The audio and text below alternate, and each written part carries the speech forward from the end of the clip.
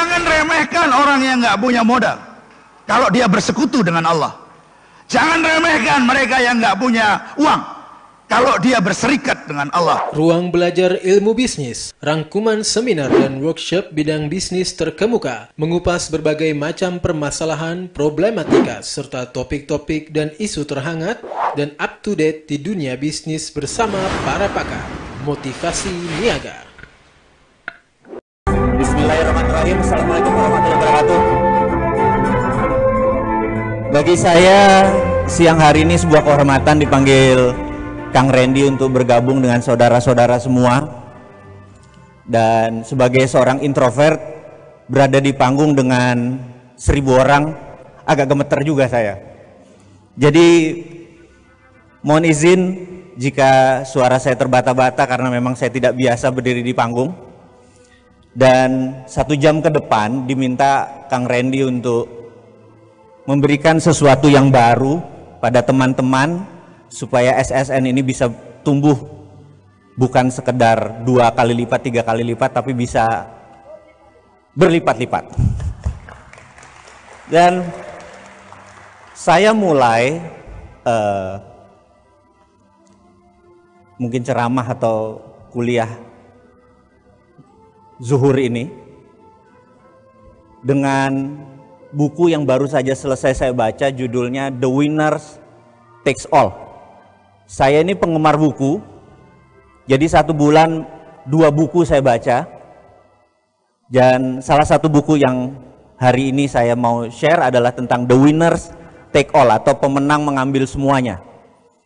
Di buku tersebut ada hal yang menarik, bahwa tahun 80-an anak muda banyak yang kaya.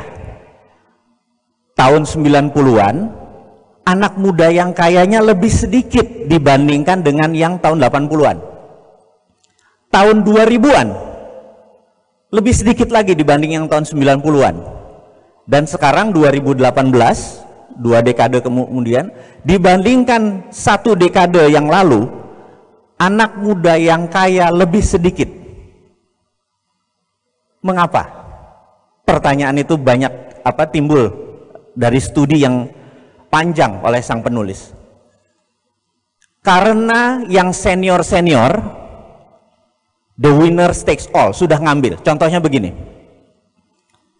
Kalau saya misalnya mau mentransfer ke Kang Randy uang $1000. Kita datang ke Bank Mandiri, kemudian saya isi formulir, saya kasih ke kasir, gitu kan? Yang terjadi adalah notifikasinya harus datang ke New York dulu, New York lalu pergi ke sebuah kota kecil di Switzerland namanya Basel, Basel oke, baru ke New York, New York bilang ke Mandiri, transfer ke rekeningnya Kang Randy, betul ya? Dan ada jasa 0,00 sekian. Kesimpulan, Basel itu adalah milik sebuah keluarga. Yang seberapa kaya saya dan Kang Randy buat, apa yang terjadi? Dia mendapatkan 0,00 sekian. Dia yang disebut the winner takes all. Dia sudah ambil dari seluruh transaksi. Itu yang harus yang jadi pertanyaan berikutnya oleh penulis adalah, dengan adanya sistem ekonomi dunia saat ini yang ada, pertanyaannya adalah, perbedaan kaya miskinnya makin mendekat atau makin melebar? Pertanyaan kedua, orang kayanya makin banyak atau makin sedikit? Yang 0,01% yang di atas itu dia juga. Karena dia the winner takes all. Karena kita tahu kemiskinan tidak hilang, kesimpulannya adalah sebenarnya sistem itu doesn't work. Sistem itu fail. Jadi kalau kita mau maju, kalau SSN mau maju, kalau kita saudagar-saudagar muslim dan lain sebagainya ini mau maju, stop menggunakan lantai dansa yang diciptakan oleh mereka. Setuju? Lantai dansa kita ini di zaman kekhalifahan sudah dilibas sama mereka, bener nggak? Sudah masanya kita bangkitkan lagi atau buat baru? Itu kuncinya. Cara buatnya bagaimana? Ini yang jadi pertanyaan. Inilah yang teman-teman hari ini berkumpul selama 3 hari, ujung-ujungnya kita harus membuat sesuatu yang baru. Setuju nggak? Prinsipnya begini. Ada buku kedua, namanya The End of Alchemy. Alchemy. The End of Alchemy. Penulisnya adalah mantan gubernur Bank Sentral England. Beliau mensarikan kira-kira begini. Sejak zaman manusia punya peradaban, berapa ribu tahun yang lalu, ada sejarah menyatakan 2000 tahun yang lalu, ada yang 1000 tahun yang lalu, peradaban. Atau ada yang 6000 tahun yang lalu sejak Babilonia, itu adanya peradaban. Cita-cita manusia itu sampai sekarang tidak berubah, hanya 2. Ingin kaya raya dan ingin umur panjang sehat selalu. Betul ya? Hanya 2 itu, gitu. Nah, yang ingin umur panjang dan sehat namanya eliksir. Eliksir adalah misalnya sekarang ketemu stem cell, di mana orang yang 70 tahun dikasih stem cell bisa kayak umur 50, bisa kayak umur 40. Stem cell disebut eliksir, dan banyak sekali eliksir-eliksir baru diciptakan. Di sisi lain, kalau orang bisa menciptakan kemakmuran atau kekayaan, dia diberi nama alkemi. Jadi misalnya Merlin, sang penyihir, guru-guru para raja di Eropa, dia bisa menciptakan emas, itu disebut alkemi. Nah, alkemi ini kita harus punya. Jadi diri kita harus punya alkemi, organisasi kita Saudagar Nusantara harus punya alkemi, bahkan Indonesia harus punya alkemi. Saat ini saya yakin Indonesia tidak punya alkemi, betul ya? Kalau ditanya nih pejabat sekarang, maaf ya, kita tanya, Indonesia mau kemana? Nation interest Indonesia kemana? Ada yang bisa jawab? Kalau Anda nggak bisa jawab, Anda bayangin, kita ini supir taksi, tahu-tahu orang Indonesia masuk, ditanya sama supir taksinya, mau kemana? Terserah, bener nggak? Itu yang terjadi pada saat ini karena Indonesia tidak punya nation interest, karena Indonesia tidak punya alkemi. Betul ya? Tapi bukan kita yang berada di ruangan ini. Setuju? Alkemi itu apa? Saya ceritakan dulu. Ada sebuah keluarga tahun 1800 mengumpulkan batuan-batuan. Selama 40 tahun dia kumpulkan, dan dia dan keluarganya, jadi ada yang di Afrika, di Austria, di Australia, di Eropa, di Amerika Latin, mereka mengumpulkan batuan, dan batuan tersebut selama 40 tahun keluarga tersebut kira-kira menguasai 70-80% batuan, entah dari tambangnya atau dari hasilnya. Di tahun 1840-an tersebut mereka declare bahwa simbolnya cinta adalah batu berlian. Diamond itu simbolnya cinta. Sekarang 250 tahun kemudian, di kepala kita simbol cinta adalah berlian, benar nggak? Itu sudah masuk, itu yang disebut alkemi. Karena itu berlian dikontrol dengan ketat oleh keluarga De Beer, dari keluarga Oppenheimer namanya. Dia sudah the winner takes all, paham ya? Jadi Anda mau lawan pakai apa? Kita menemukan batu opak itu, terus kita ciptain bahwa ini adalah simbol cinta, bisa nggak? Bisa, 400 tahun kemudian mungkin, betul ya? Itu yang kita sebut the winner take all. Dia sudah ambil semua. Atau cerita lagi yang nomor 2, ada mineral yang diproses menjadi metal. Metal itu Anda kenal mungkin namanya osmium, palladium, titanium, Anda kenal? Kalau di hukum Lavoisier itu apa? Tabel periodik, masih ingat? Itu termasuk logam mulia, precious group metal. Keluarga di Inggris ini mengumpulkan tahun 50-an, 1950-an sampai 1960-an menguasai lebih dari 50% tambang dari mineral ini. Setelah diproses, benda itu bernama platinum. Platinum diimagekan, dicitrakan. Tahun 90-an, platinum diterima di dunia perbankan sebagai jaminan sama dengan emas. Paham? Keluarga ini kaya raya karena mengontrol platinum. Pertanyaannya, kenapa nggak palladium yang lebih bagus daripada platinum, lebih kinclong emas putihnya? Karena tidak ada yang mengontrol. Ini yang kita sebut the winner takes all. Ini yang disebut alkemi. Kalau kita tidak punya alkemi, jangan harap kita bisa menjadi makmur, berdaulat, masuk ke yang tidak terkendali, alias yang kita ikut aja yang sistem yang sudah ada. Ya sudah, kalau ulang tahun perkawinan ya beliin berlian, bener nggak?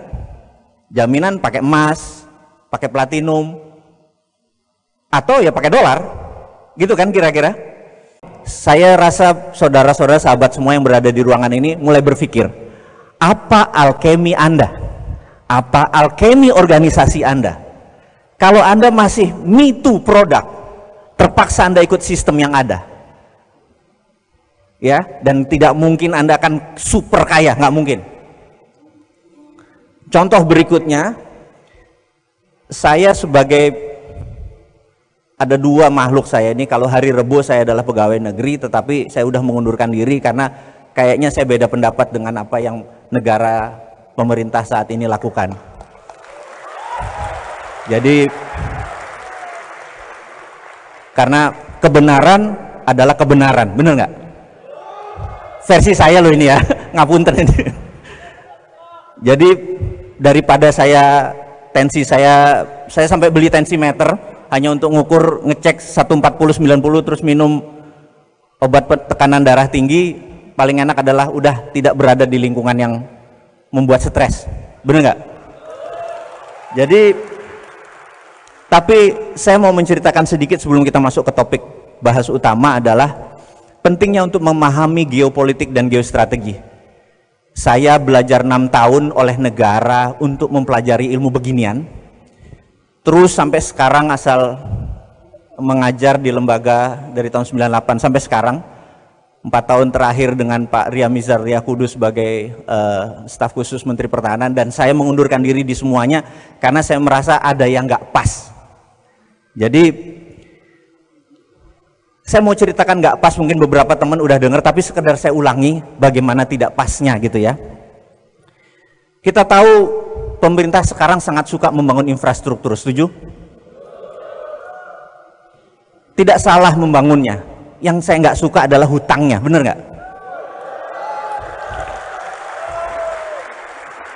Jadi ada ribuan cara untuk membangun tanpa hutang.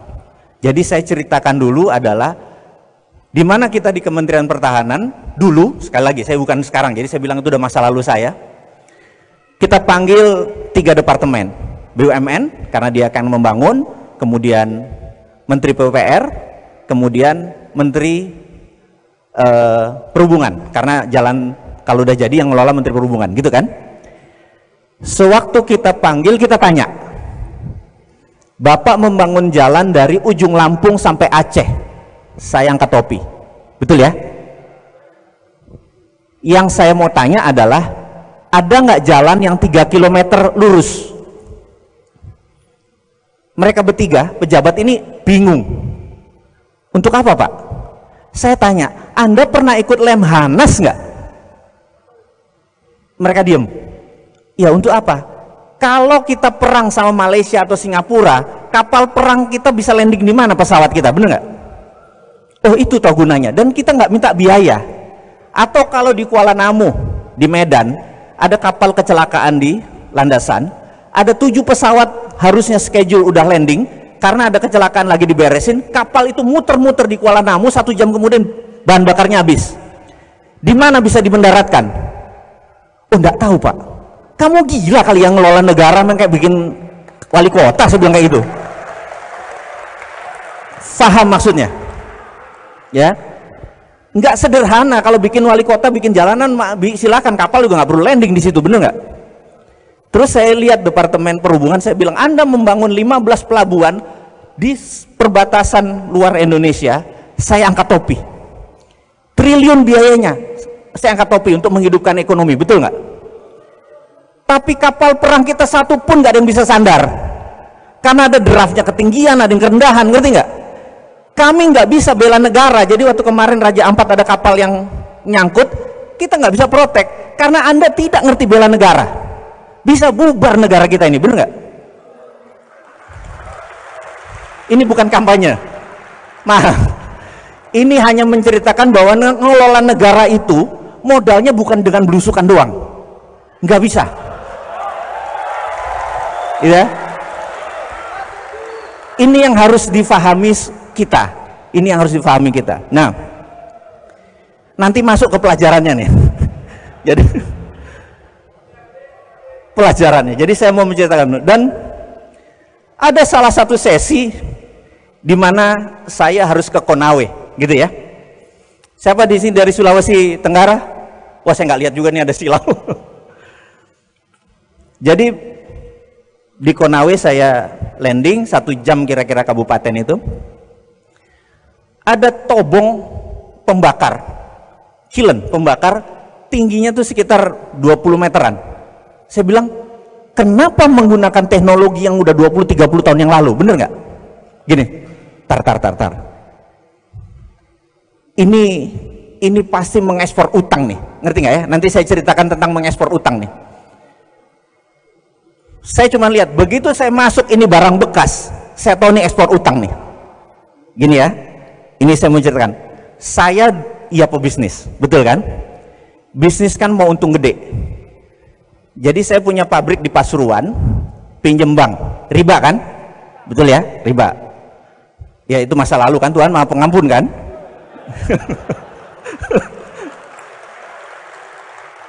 Pabrik ini 7 tahun balik modalnya. Di tahun kelima, saya bilang sama perusahaan di Malaysia, saya bilang, brother, kita bikin pabrik di Malaysia. Pabriknya adalah pemurnian plastik untuk menjadi solar. Berapa investasi? Tenang, investasi gampang. Saya pindahkan pabrik saya di Pasuruan. Dipindahkan, lalu berapa? Kamu 90%, saya 10%. Baik nggak? Kamu cicil ke saya, tapi harganya harga baru, bener nggak? Tapi kan dia nggak tahu harga baru, bener nggak? Jadi begitu ini pindah, dia nyicil ke saya. Nah ini kali ini halal, bener nggak pakai bunga. Jadi bisnis itu namanya saya ekspor hutang, dia bayar saya tunai, bener ya? Nah di Konawe sama persis. Saya bilang begitu 30 tower ini berdiri, saya bilang ini pasti ekspor hutang, bener nggak? Jadi bener, begitu saya lihat, bener barang bekas, iya kan? Dan Indonesia harus bayarnya ke negara mana tuh?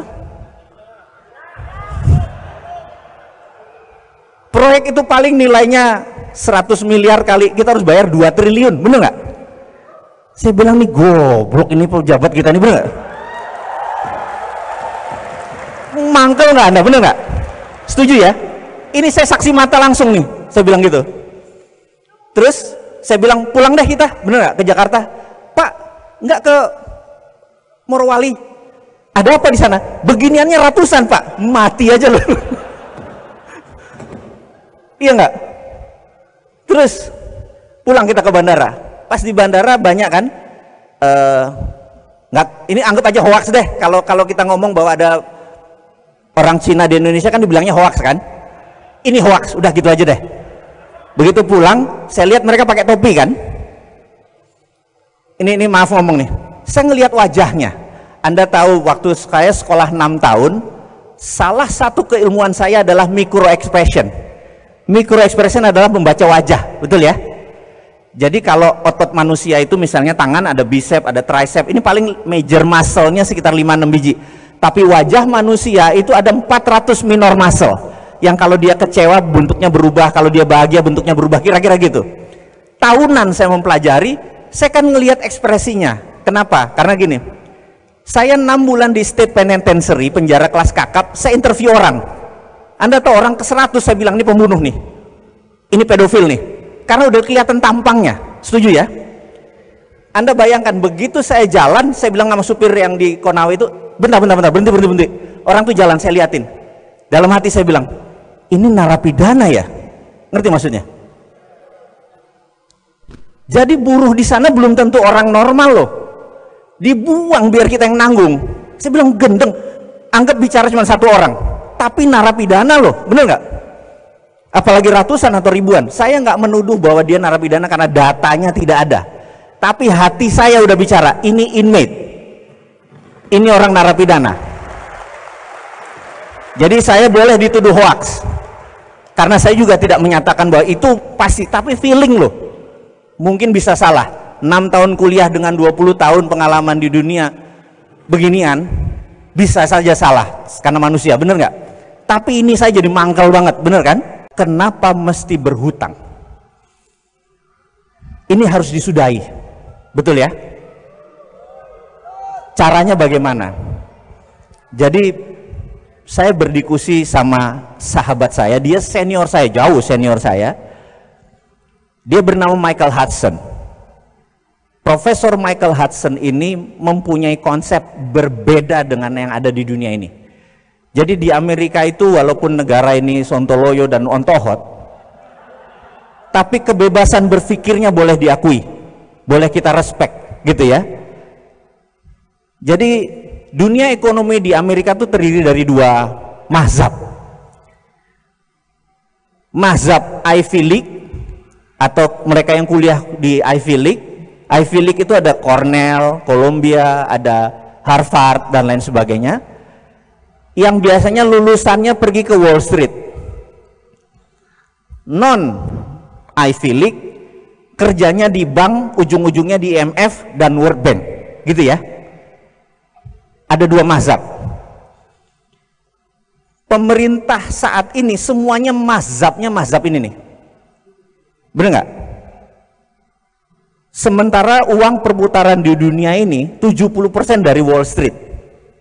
Contoh, Alibaba listingnya di mana? Di New York, bener nggak? Yang punya Wall Street, paham ya? Jadi kita lihat nih, hati-hati nih Wall Street ini. Nah, kemudian mazhabnya yang tadi yang ke IMF, World Bank ini punya lembaga rating namanya Standard and Poor, punya Moody's gitu. Mereka bisa merating sebuah negara, Indonesia BBB misalnya gitu, bener nggak?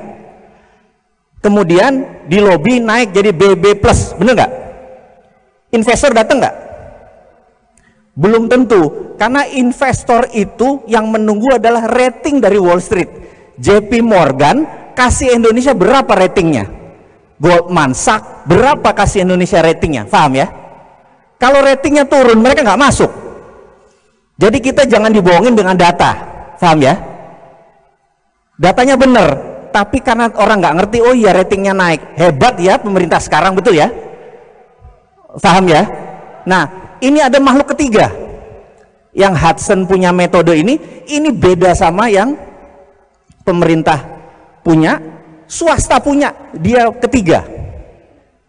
Georgia adalah negara berdaulat yang diserang sama Rusia. Crimea negara berdaulat diserang oleh Rusia. Anda tahu? Enggak tahu nggak apa-apa. Karena bacaan kita memang dulu zamannya TVRI masih 1, kita berita internasional tuh up to date. Sekarang berita internasional ditutup, bener nggak? Anda nggak tahu jadinya apa di luar itu ya. Nah, pada saat ekonomi 2 negara ini goncang karena dimainin oleh Rusia, Michael Hudson membantu perekonomiannya. Kemudian Venezuela yang menyerang Amerika dengan ekonomi, pakai narkoba, diserang balik sama Amerika dengan economic hitman, mata uangnya dijatuhin, begitu ya. Michael Hudson berdiri di sana, Venezuela masih berdiri. Terakhir Erdogan, kudeta gagal di belakangnya Amerika, karena Erdogan ke Rusia dan ke Cina, disikat lagi lira. Erdogan panggil Hudson sebagai penasihat keuangan, stabil lagi lira, didukung oleh Qatar. Jadi ada banyak cara pada saat mereka bermain economic warfare atau perang ekonomi yang dilakukan oleh Amerika, itu bisa di counter dengan teorinya Michael Hudson. Hudson ini sahabat saya, nanti saya ceritakan sampai sana karena saya harus menceritakan banyak sebelum topik kita utama masuk. Setuju ya? Ilmunya nggak keberatan ini. Kita bagi 3 periode ekonomi. Tahun 1931 di mana ada Great Depression. Anda ingat ya? Dunia dan Amerika mengalami Great Depression 1931.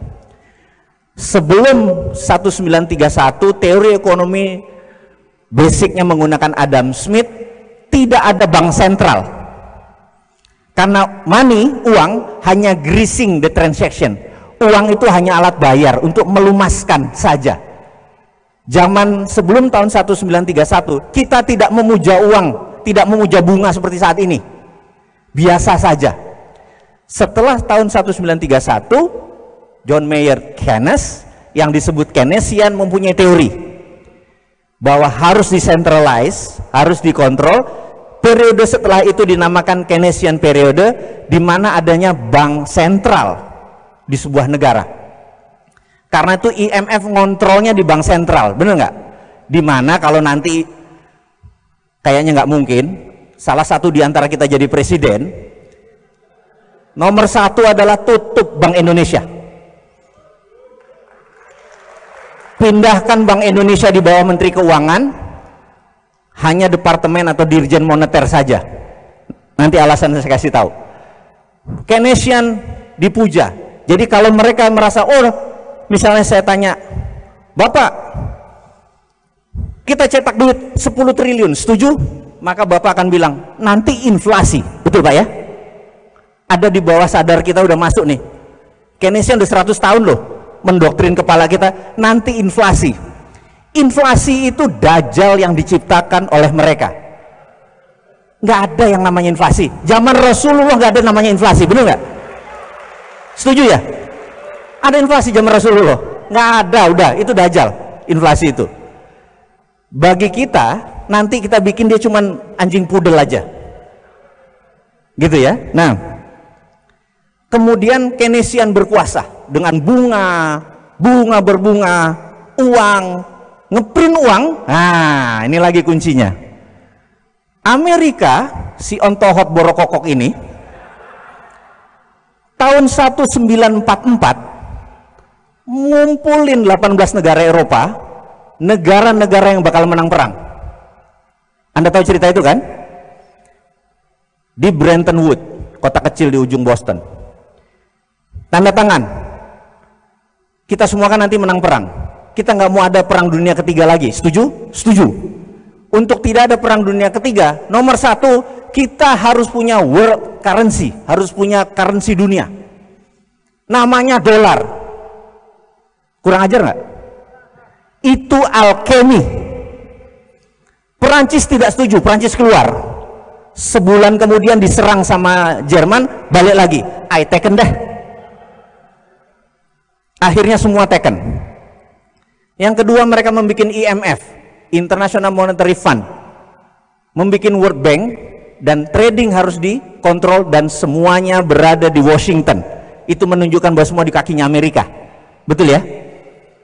Jadi IMF itu 26% sahamnya Amerika, sisanya the rest of the world, seluruh dunia. Indonesia cuma 1 poin sekian. Dan syarat untuk setujunya sebuah resolusi harus 75% suara. Ngerti nggak? Jadi kalau Amerika nggak taken, kan cuma 74, nggak bisa quorum. Itu namanya alkemi. Setuju nggak? Ya, Anda harus lihat bahwa kita harus bikin rupiah juga harus bikin begitu. Kalau nggak kita bahaya nih, kalau nggak ngerti alkeminya ini kita dimainin. Kemudian apa alkemi yang Amerika lagi bikin? Yang kita dengan sadar kita terima bahwa dolar sama dengan emas. Kurang ajar nggak? Jadi kalau sebuah negara mau mencetak uang, syaratnya harus punya emas atau dolar. Serem nggak? Betapa pintarnya negara tersebut mengendalikan alkemi dunia. Kita udah masanya nih berjuang bersama-sama, ya. Udah, kepala kita udah mulai berat nih pelajarannya, setuju? Nah, lanjut. Tahun 2008 terjadilah subprime mortgage, bencana keuangan dunia. Hanya yang di dunia keuangan yang merasakan penderitaan tersebut, betul ya? Dan sejak saat itu saya dan teman-teman termasuk Michael Hudson menyatakan the end of year Keynesian, mati Keynesian. Herannya 10 tahun kemudian pejabat negara masih memuja Keynesian. Setuju nggak? Nggak bisa lagi Anda pakai Keynesian. Anda harus pakai anti Keynesian. Nah, ini yang nanti mau kita ceritain anti Keynesian itu. Caranya bagaimana? Rumus nomor 1 adalah print money. Anda akan bilang, nanti inflasi, bener nggak? Selama ada underlying proyek, maka print money tidak masalah. Saya kasih contoh. Kang Randy datang ke saya. Kang Randy adalah Menteri Bappenas, saya Presiden. Ceritanya, kalau ngayal boleh kan sampai top kan, bener nggak ada ongkosnya. Kang Randy bilang, Mas, kita mau bangun 100.000 rumah. Setiap tahun saya perlu 100 triliun. Bener nggak? Saya bilang, oke. Setiap kota 100 rumah yang sehat, yang baik, yang islami semua, toilet tidak boleh ngarah Ka'bah dan lain sebagainya. Anda ngerti kan? Karena kita harus yang ngebangun. Sholat harus berjamaah dan lain sebagainya. Konsep-konsep kita. Saya print 100 triliun dari langit. Nah, nih Mas, betul nggak? Oke? Mas Randy bilang, Krakatau Steel nyala sekian ribu ton. Pabrik bata mulai dari ujung Jawa sampai Kalimantan nyala semua pabrik bata, bener nggak? Pabrik semen nyala, tidak boleh ada satupun unsur impor. Begitu semua jadi, berdiri, balikin ke saya 100 triliun tanpa bunga. Bener nggak? Ke negara. Kang Randy bangun, dijual tanpa bunga kan jadi murah, bener nggak? Uang begitu masuk ke negara saya bakar. 5 tahun kemudian 100 triliunnya masuk jadi 10 juta rumah, bener nggak? Itulah underlayingnya. Inflasi nggak? Nggak ada, betul nggak? Anda mulai paham? Gampang ngelola negara kan? Itu teorinya Michael Hudson, di mana tahun 2005 beliau penasehat Xi Jinping untuk bilang ke Xi Jinping bagaimana melakukan. Dan apa yang dilakukan? Mereka punya dua, renminbi di dalam negeri cetak suka-sukanya, yuan di luar negeri. Mereka punya dua currency. Anda tahu kan? Enggak, baru tahu sekarang. Suka-suka mereka nyetak duit selama ada proyeknya, betul ya? Setuju? Jadi sekarang proyek itu ngapain ngutang, bener nggak? Kesel nggak gitu ya, bener nggak? Print aja, tolnya gratis. Kalau memang cinta rakyat, jangan tol yang dibangun, jalan umum, karena yang dilewati bisa dapat faedah.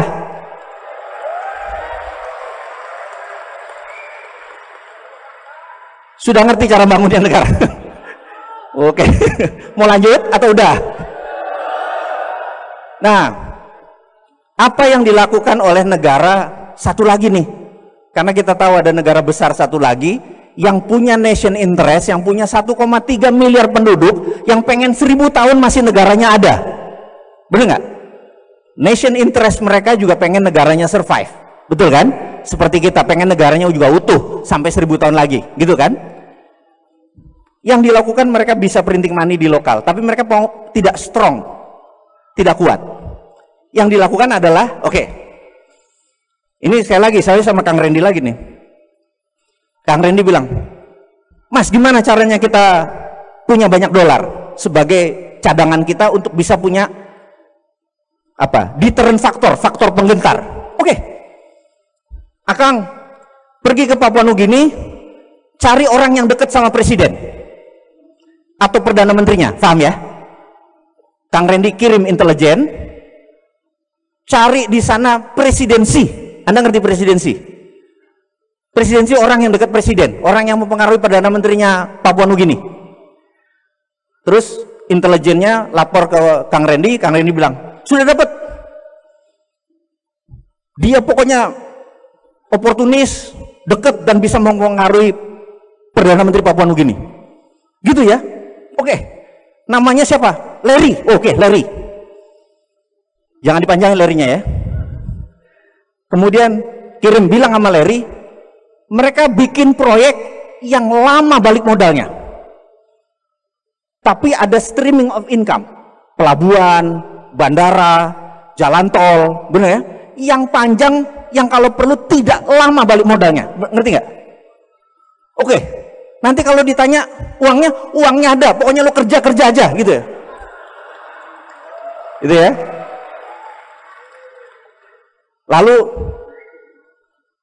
Kang Randy bilang, ini gimana proyeknya? Ini 10 billion dolar Anda pegang, Anda bilang sama si Larry, duitnya sudah ada di Bank Indonesia, bener gak? Transfer ke Bank Papua Nugini, enggak bisa, bener gak? Kemudian dari uangnya tadi, apa yang Kang Randy lakukan? Krakatau Steel nyala, semen nyala, semua nyala, bener gak? Lalu kita kirim 100% material ke Papua Nugini, kirim SDM ke Papua Nugini, uang ke Papua Nugini, setuju ya? Jalan tol jadi di Papua Nugini, urusan gak ada isinya, urusan nanti, bener gak? Pelabuhan jadi di Papua Nugini, bener gak? Udah jadi lapor, udah jadi, siap, tagih dolarnya, masuk, setuju? Itulah kita namakan ini semua adalah Spice Road, jalan rempah. Wah gitu. Bisa nggak? Itu cara mendatangkan dolar, bener nggak? Ada nggak sebuah negara sekarang melakukan itu?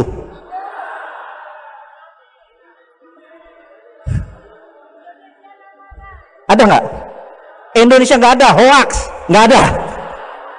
Pemerintah kita pintar, bener nggak?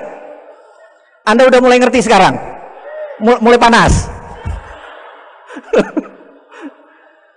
Guru besar itu adalah Michael Hudson, yang dia bilang, if you become the presidency, kalau kamu si Ontohot ini deket sama presiden atau kamu sendiri presiden dengan didukung teman-teman SSN, saya penasihat keuangan kamu, bener nggak?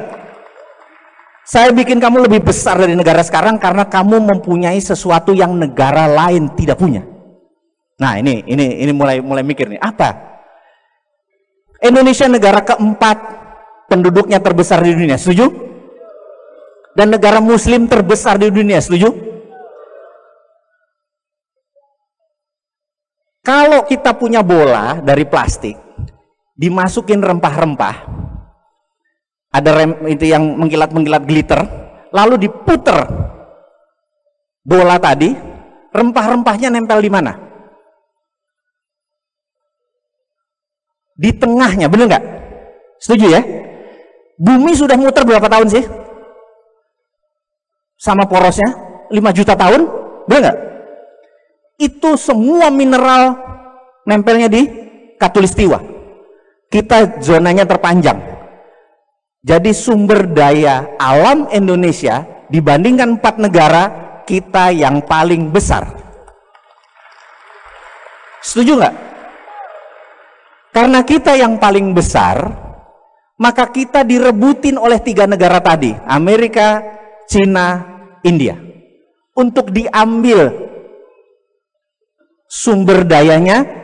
By all means, apapun ongkosnya, lu minta duit, lu minta apa, dibayarin asal sumber dayanya didapetin, bener nggak?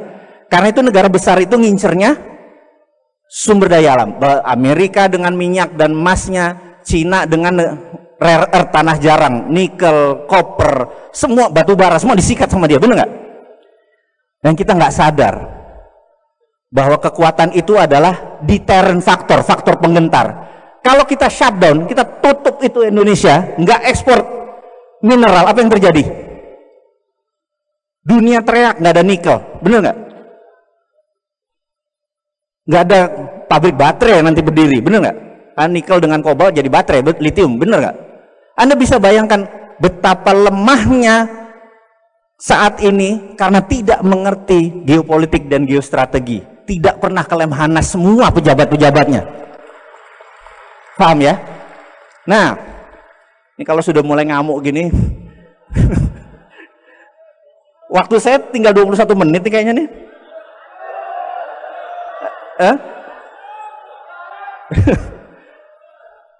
Sampai mana tadi terakhir? Nikel. Oke. Tutup. Nah, tutupnya ada 2. Jadi kalau Kang Randy sekarang jadi presiden, bener nggak? Kita pensiun, kita presidennya 2 hari aja. Habis itu, karena 2 hari habis itu saya ditembak sama kompetitor kita, bener nggak? Karena hari pertama kalau saya cuma jadi presiden nggak mau lama-lama, cuma 2 hari. Habis itu Kang Randy aja, bener nggak? Cuman 2 keputusan saya. Begitu jadi presiden hari pertama, saya akan menandatangani perpres, peraturan presiden, bahwa setiap orang yang punya duit kirim uang keluar Indonesia tanpa underlying produk. Jadi misalnya kalau dia kirim uang, beli pabrik, beli barang, beli baju, itu ada underlying. Kalau dia taruh di luar, transfer dari Indonesia, itu namanya flight capital, penjara 10 tahun. Gitu ya. Yang kedua yang saya akan lakukan adalah mulai jam 24.00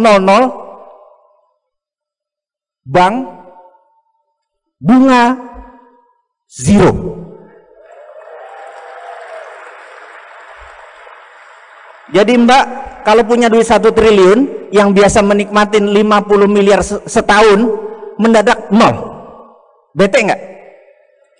Ada 4.500 deposito di bank di Indonesia. Begitu 0, Anda ngapain? Anda cabut dari bank dan Anda invest di SSN. Mana proyekmu? Bener nggak? Dalam 1 malam 4.000 triliun bisa keluar semua. Nyari proyek di Indonesia saja karena nggak bisa keliling keluar. Bener nggak? Setuju ya? Ekonomi jalan dalam 1 hari doang. Bener nggak? Jadi 1 menandatangani apa tadi? Flight capital. 2 deposito 0. Syariah nggak negara kita ini? Halal nggak makan kita? Bener nggak? Hanya dengan perpres kalau presidennya niat, dan harus niat, bener nggak? Abis itu saya ditembak mati, bener nggak? Ada nggak yang nembak saya? Iya, orang yang punya duit triliunan bete, bener nggak? Mau ngirim keluar nggak bisa, tembak aja si Mardigu itu, bener nggak? Saya mati, insya Allah syahid, bener nggak? Yang jelas waktu dimakamkan upacara militer. Oh keren bos, udah didoain syahid, upacara militer, top, bener nggak? Apa nggak enak hidup kayak gitu? Iya kan, matinya enak, hidupnya enak, bener nggak? Itu habis itu ya Kang Randy aja, bener nggak? Yang masih muda, kita udah kepala 50, naik tangga aja gemeteran tadi kita. Kang Randy keputusannya lanjutin. Apa yang Kang Randy lakukan? Lihat peta Indonesia. Indonesia satu-satunya negara yang memiliki laut di dalam wilayahnya, betul nggak? Yang lain lautnya di pinggir, bener nggak? Indonesia lautnya di tengah. Ada 9 lagi, Anda tahu? Laut Banda, Laut Jawa, Arafuru, lupa. Lupa sejarah. Betul ya? Dan Indonesia punya 4 selat utama dunia dari 7 selat utama dunia. Bayangin, keren nggak? Ada Suez, ada Panama. Kita punya 4. Selat Lombok, Selat Makassar, Selat Sunda, Selat Malaka. Itu selat utama dunia. Indonesia yang punya. Australia 60% produknya dikirim ke Cina. Nikelnya, batu baranya itu lewat Selat Lombok, Makassar langsung ke Cina. Benar ya? Kalau kita bilang lewat, bayar $1. Benar nggak? Dia nggak mau bayar, dia puter lewat Papua Nugini, lewat utara, ongkosnya 6 hari atau naik 5% lebih mahal. Rugi dia, bener nggak? Lebih baik bayar, gitu ya. Kenapa kita nggak segitu berdaulatnya sih? Pemimpin kita kemana aja, bener nggak? Masa 1000 hari kerja 600 hari belusukan? Ini maaf ya, maaf ini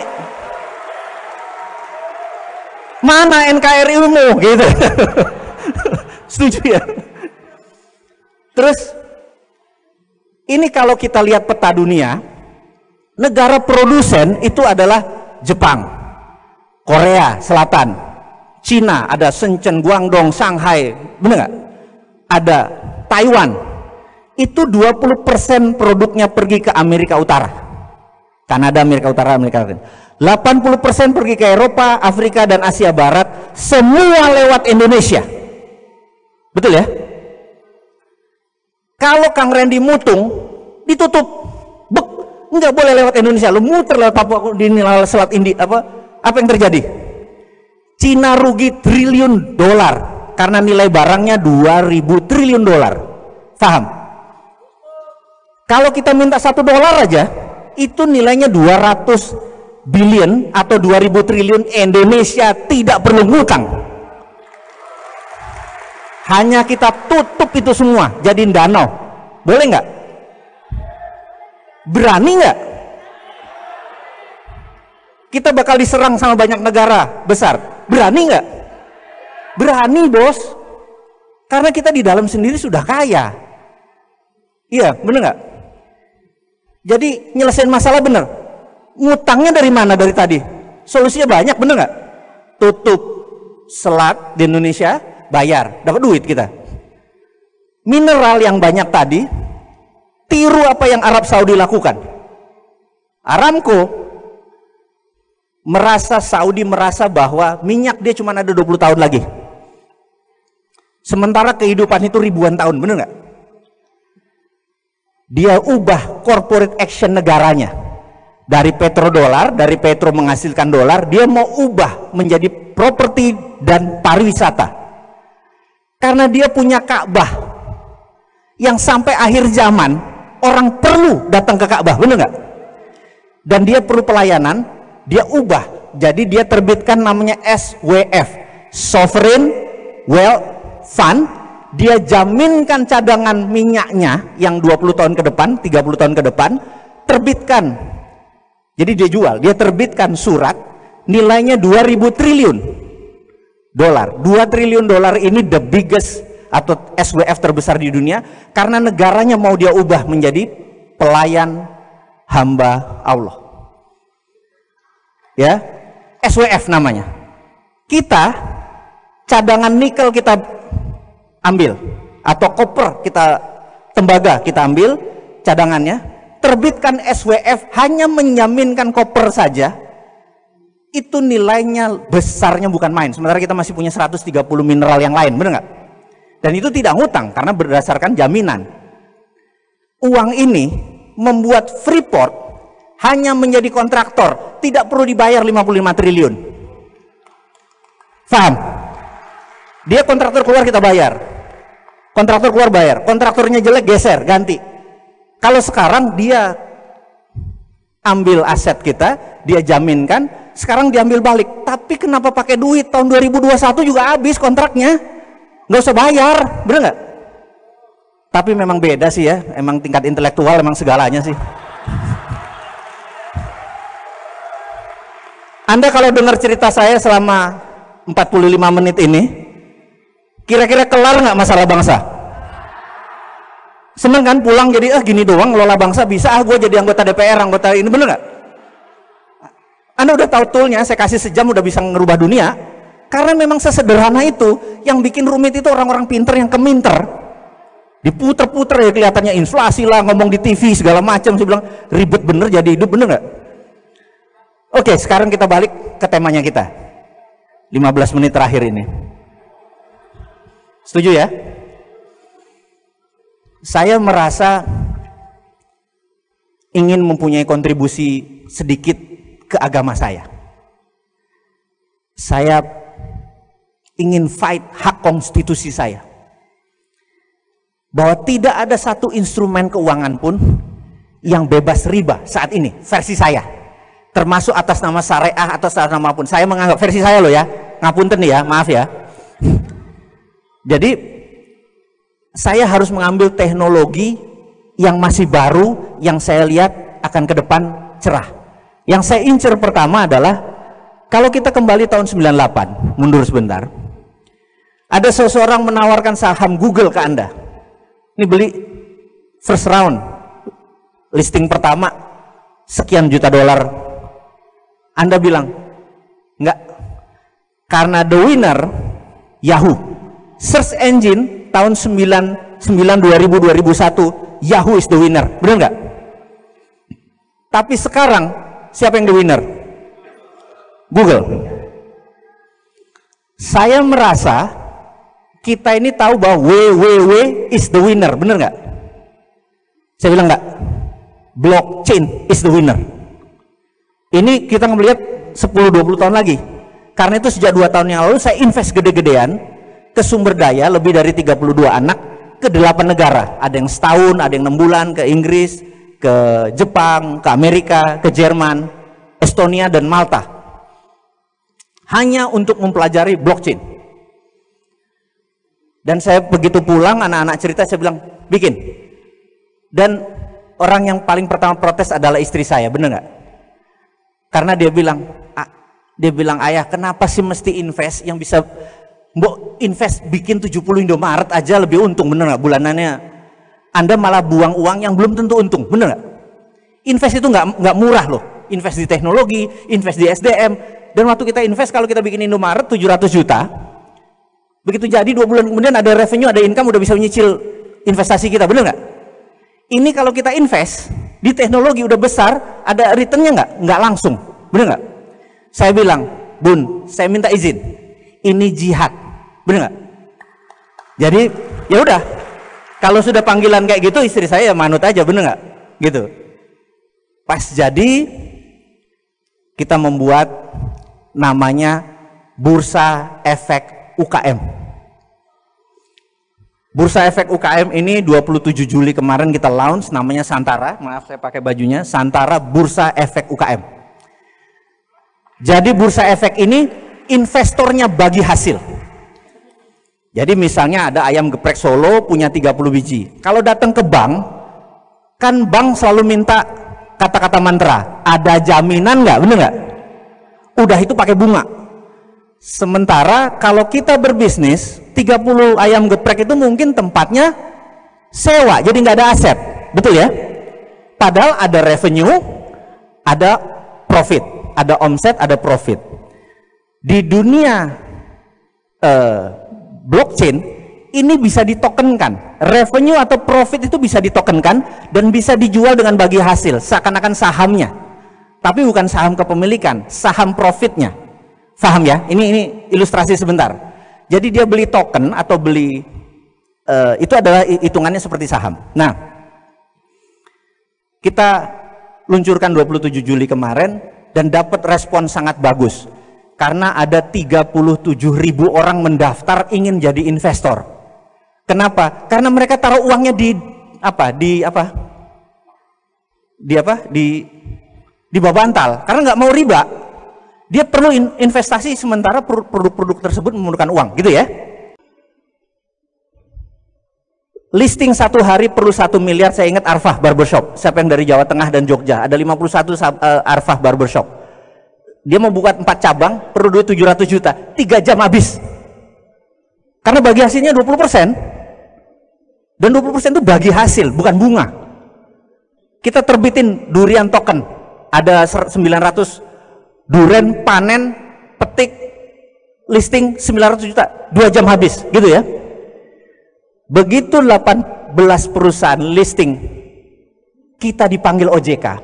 Pricak, waduh, bener nggak? Kita dipanggil. Mereka bilang, Anda melanggar undang-undang pasar modal. Saya bilang, Pak, undang-undang pasar modal kita kan saya pakai blockchain.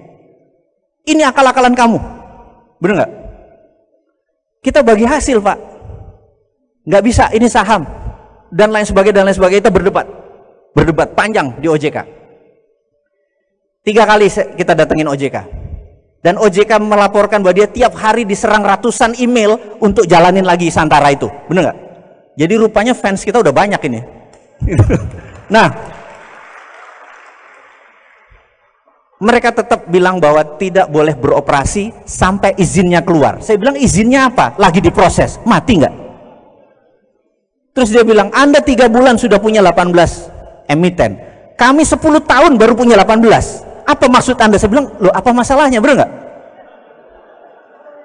Saya lapor ke Pak Dahlan Iskan, ketemu Pak Imawan, mantan CEO-nya Jawa Pos. Saya bilang, Kang Mas ngapunten, tolong saya bilang gitu. Oke. Ini maksudnya apa? Ini kami mau punya bisnis yang bebas riba. Apa jawaban Pak Imawan? Kita tuntut aja negara. Saya bilang, apa? Kita tuntut negara. Jawa Pos 3 kali nuntut negara, 3-3-nya menang. Dulu waktu dia buat TV JTV itu ditutup oleh pemerintah karena nggak boleh ada TV lokal. TV itu nasional. Yang kita lakukan adalah tuntut. Nama gugatannya adalah perbuatan melanggar hukum yang dilakukan oleh negara. Keren. Bener nggak? Saya bilang, filosofi Anda apa, Mas? Saya ingin dengan paket produk kita ini kita bebas riba. Oh, itu lebih tinggi lagi. Karena Anda bisa tuntutnya di MK, Mahkamah Konstitusi, karena riba adalah hak konstitusi. Gitu kan? Jadi kita atur. Sekarang kita lagi ngatur legalnya. Teman-teman Munarman itu semua kan teman lama saya. Mas, gue join di belakang lo. Walaupun nggak ada satu orang yang mendukung lo, gue dukung. Karena nggak ada orang yang berani fight untuk merubah undang-undang supaya riba berdaulat, bener nggak? Saya bilang walaupun sendiri saya maju deh, sebenernya nggak? Kan kita kan kaum moderat begitu kan, modal dengkul urat kan, maju aja gitu. Nah, ini kita lagi susun. Tapi rupanya OJK gentar juga.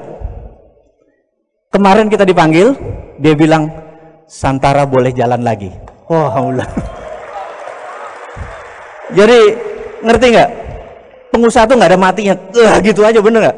Karena demi agama kita, nggak ada yang berjuang kalau nggak kita yang fight, bener nggak? Kita udah nggak tatanan konsep. Nah, lalu saya curhat sama Pak Dahlan. Pak Dahlan bilang, Pak tolong promote Santara, Bursa Efek UKM.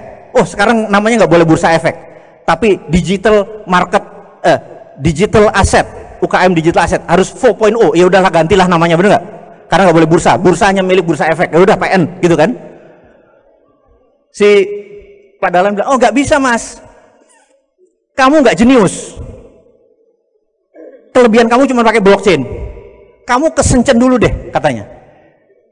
Shanghai itu punya bursa efek, namanya Shanghai Stock Exchange. Kalau Indonesia namanya Jakarta Stock Exchange. Tapi Shenzhen itu ada UKM Stock Exchange, ada 2000 UKM-nya. Kita ke Shenzhen, bener, Shenzhen Stock Exchange itu 2000. Jadi kita ingin membuat seperti itu. Dia bilang, kalau sudah 100 anggotamu, kasih saya, karena proven method. Saat ini belum proven. Nah ini, di ujung-ujung ini saya minta tolong, nih ngapunten nih. Karena belum proven. Baru 18, baru 7.000 investor, itu dianggap belum proven. Yang terjadi adalah begini. Ini rumus terakhir. Saya kayaknya udah suruh turun nih. Bener ya? Saya ikutin kata. Jadi gini. Di bisnis ada yang namanya nominator dan denominator. Denominator itu pembagi. Ini istilah matematik. Ingat, bisnis adalah science. Bisnis bukan kira-kira oh dagangnya di sini enak ya. Nggak bisa. Nggak akan pernah maju kalau gitu. Bisnis adalah science, ada perhitungan. Nah, misalnya Gojek kita pakai. Ada 1 juta user, ada 10.000 supir ojek.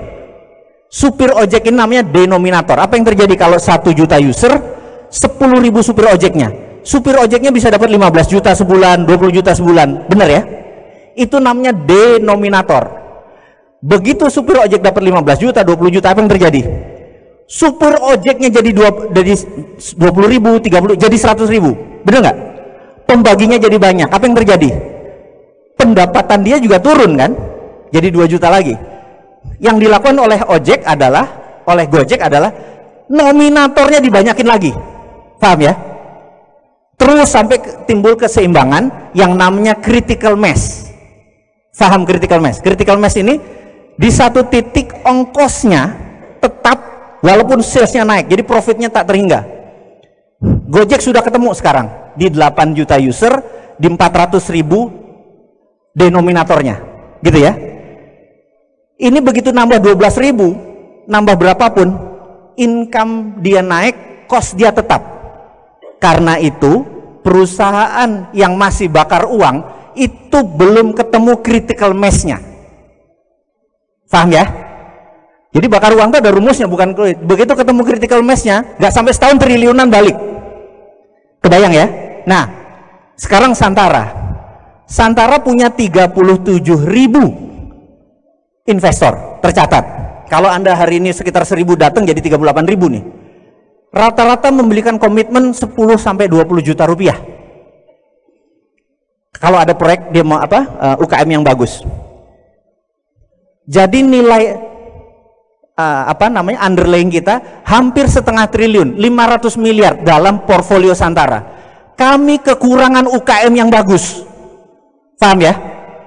Jadi begitu ada UKM, beng langsung disamber, beng ada. Jadi saat ini saya minta teman-teman sahabat semua, cariin kita UKM yang bagus sebanyak-banyaknya, karena nanti ininya banyak dan terus akan menumbuh dan itulah menjadi ekosistem. Paham ya? Saya minta tolong dengan amat sangat, kalau ada UKM pergi ke Kang Randy, kalau ada investor pergi ke Kang Randy juga, bener nggak? Karena beliaulah yang mewakili SSN. Setuju ya? Saya nggak ada Kang Randy, nggak ada SSN, nggak ada apa-apanya juga. Kita perlu collaboration, perlu kolaborasi. Setuju ya?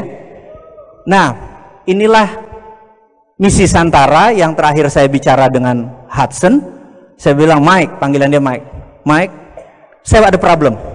Saya ceritakan ininya. Dia bilang, bentar. Apa yang kamu lakukan? Saya cerita, terus dia bilang, kamu consolidate bottom of pyramid ya. Jadi ini piramid ekonomi. Kamu consolidate UKM orang bawah untuk orang bawah. Kalau 1 miliar, misalnya Kang Randy ada proyek melepas 10% bagi hasil senilai 1 miliar. Kang Randy bilang, saya ikut 10 miliar. Tidak boleh. Karena cuma dibatasi 10%. Jadi kapitalis gak boleh masuk. Karena orang yang punya 50.000, 100.000, 200.000 yang boleh masuk. Kita consolidate bottom of pyramid. Dengan demikian ekonomi bisa ngedeket sama yang atas. Hudson bilang, ini Anda punya konsep, kalau jalan dia minta izin untuk dibuatkan Nobel. Karena ini jenius katanya. Mengangkat bottom of pyramid. Sadar ya? Paham ya maksudnya ya? Dan hari ini sahabat-sahabat semua, saya minta, karena ini cuma tool. Anda punya proyek sekarang udah bisa dibiayai oleh siapa? Oleh kita semua. Jadi bottom untuk bottom. Bottom of pyramid untuk bottom of pyramid. Konsepnya sudah jadi, softwarenya sudah jadi, izinnya sudah lengkap. Yang diperlukan adalah Anda punya ide untuk UKM maju, dan Anda punya uang daripada deposito haram, invest aja ke UKM. Santara tidak terima uang karena direct langsung. Jadi kita bukan crowdfunding, kita nggak ngumpulin duit taruh, enggak, langsung ke UKM-nya. Anda kebayang konsep bisnisnya, model bisnisnya, semua udah siap. Nah, akhirul kalam, saya ucapkan terima kasih buat waktunya. Semoga walaupun cuma sedikit perkenalan kita bisa ketemu nanti di Facebook, dan ada buku saya kalau mau tahu lebih lanjut. Sekali lagi mohon maaf kalau ada pendukung Pak Jokowi di sini. Nggak ada niatan saya untuk menyinggung beliau, tidak ada niatan untuk hoax. Ini hanya sekedar pembelajaran. Mudah-mudahan selama 1,5 jam kita bersama, faedah yang dapat dan ilmu ini sampai akhir zaman, sampai akhir hayat kita menjadi manfaat. Dari saya, assalamualaikum warahmatullahi wabarakatuh.